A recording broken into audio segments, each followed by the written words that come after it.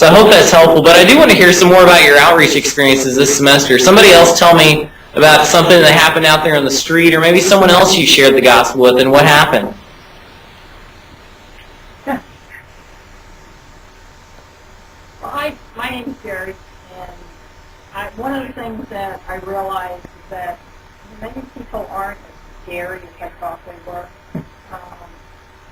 Todd and I have teamed up a lot together, and we found people that just really wanted to talk. Most of what we did relating to people with different conversation, and we spent 30 or 40 minutes just listening to someone completely unload the different things that were happening in their life. Had a little opportunity to share, that the Lord cared about them. Didn't get to go real far with it, but I pray that maybe it left an impression on them that Christians do care, they do take time, they're not looking to throw a track at them, throw a message, and then move on to the next person. And that was most of our encounters out there, was just talking to people, even people that you wouldn't think would talk with you. A businessman that was sitting on a bench by himself didn't look depressed or lonely or homeless or anything like that, but we really didn't think that he was going to have a real conversation, and he just, it wasn't problems, he kept talking. So, yeah. People who look for people to listen. Well, have you found that to be a common experience among you, that if you take time to listen to someone else's story first, or for them to unload their baggage, that they'll turn around and are more likely to say, well, tell me about yourself. Why are you here? Have you experienced that? I'll tell you that I've seen a lot of nodding heads on the side of the room that's in the screen, and hopefully on the other side. But this was our approach with our book on Wicca, on Generation Hex, where I first met Dan. Because when I started talking to Wiccans, I didn't know a whole lot except what I'd read in books. I just thought this mysterious witchcraft, these people are going to come hunt me down if I talk to them. But it really wasn't like that. If I would pick up the phone and say, hey, I'm this guy named Dillon doing a book on Wicca, I'm trying to interview some people involved in witchcraft, and they go, okay, tell me how you got involved. Well, they're more than excited to tell me about this. Nobody's called and said, I'm writing this book on Wicca and I want to talk to you about it. So 20 or 30 minutes later, they're catching their breath. They go, well, tell me what you do. And I'm going, oh, I'm glad you asked.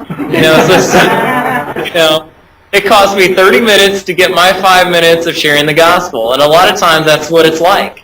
You meet someone who is in an open situation, they tell you their story, and after 30 minutes they start feeling a little bad that they've dominated the conversation. They go, well, that's my background, what about you?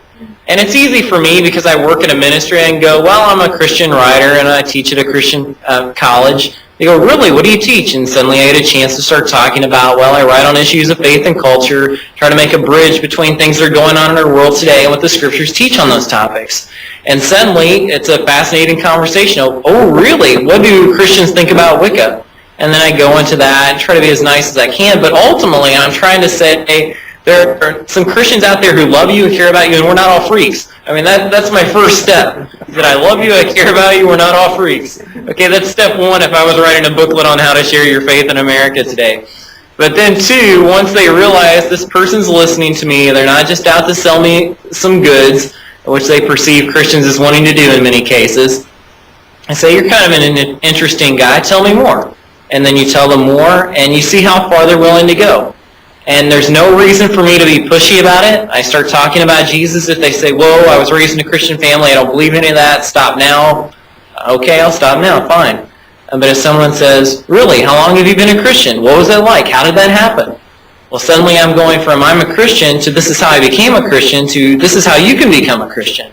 And sometimes we've had people come to faith in Christ out of Wicca, out of other religious movements, because I've taken this mindset that I'm speaking the truth in love. I'm not trying to win an argument. I'm not even trying to win a friend necessarily. If you say you hate my guts at the end of the conversation, fine. I'll be bothered, but tomorrow I'll get up and still keep serving Christ.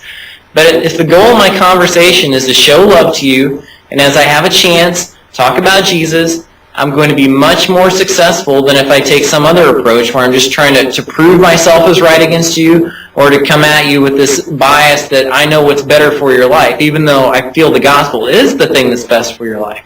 So it's very much how you approach it, and that listening perspective is what James talks about, being slow or quick to listen, slow to speak, and slow to become angry. That's very helpful, because it's right in that same section where James says, true religion is this, looking out for widows and orphans and keeping yourselves pure and from the things of this world. And we often like to emphasize, well, yeah, James tells us to take care of widows and orphans, the social ministry, which is important. But it's also about keeping yourself pure from the things of this world. We have to do both.